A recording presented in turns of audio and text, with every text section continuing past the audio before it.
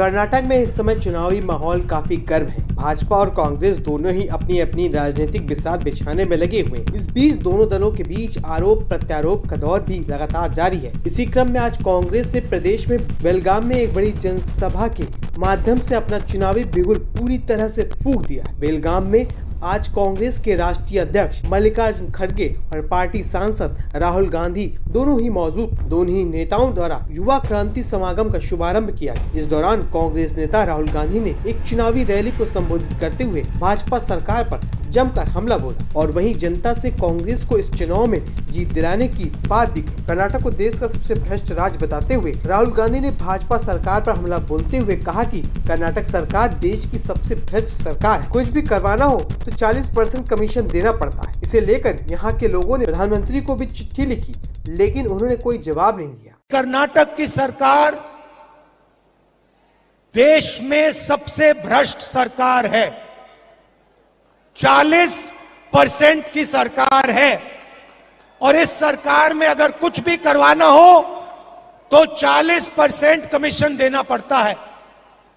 आप ही ने मुझे बताया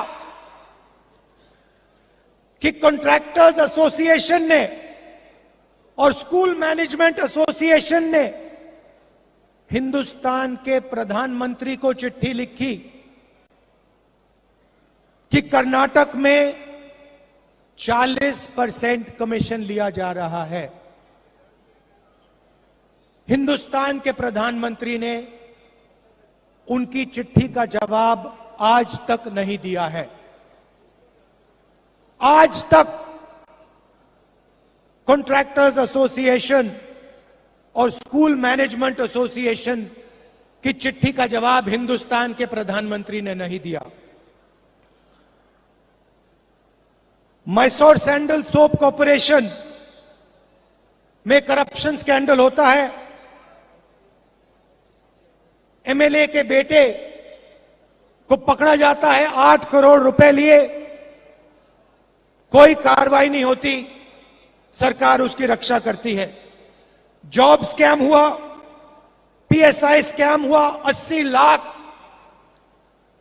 लाख रुपए का ब्राइब की रिश्वत, assistant professor job scam, assistant engineer job scam, list लगी हुई है।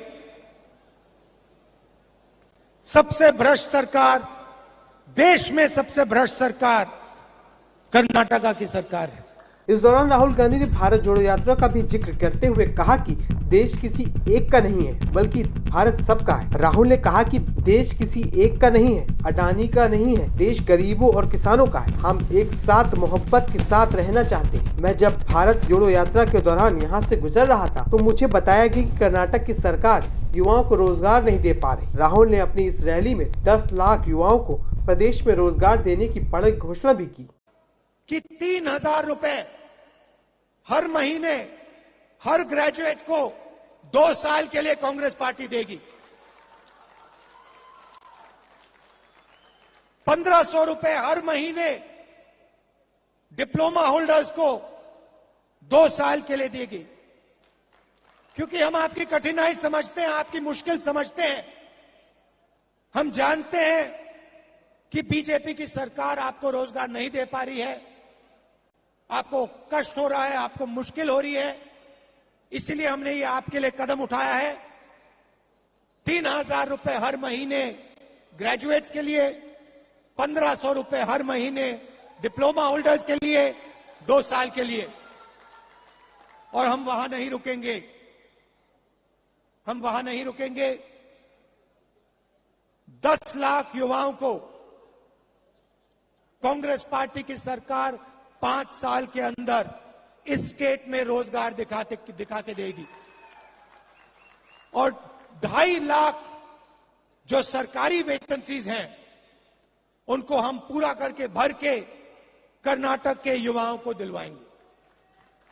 इसके अलावा 2.5 लाख सरकारी वैकेंसी पर भर्तियां, 2000 रुपए महीना गृह लक्ष्मी स्कीम के तहत महिलाओं को, गृह ज्योति स्कीम के तहत 2000 यूनिट मुफ्त बिजली, अन्य भाग्य स्कीम में 10 किलोग्राम चावल हर बीपीएल परिवार को, एससी रिजर्वेशन को 15% से 17%, एसटी रिजर्वेशन को 3% से 7% करने जैसी बड़ी घोषणाएं भी राहुल गांधी ने की। बता दें कि कर्नाटक में इसी साल मई के अंत या जून तक चुनाव होने। उम्मीद है कि इस माह के अंत तक चुनाव को लेकर आधिकारिक घोषणा भी कर दी जाएगी।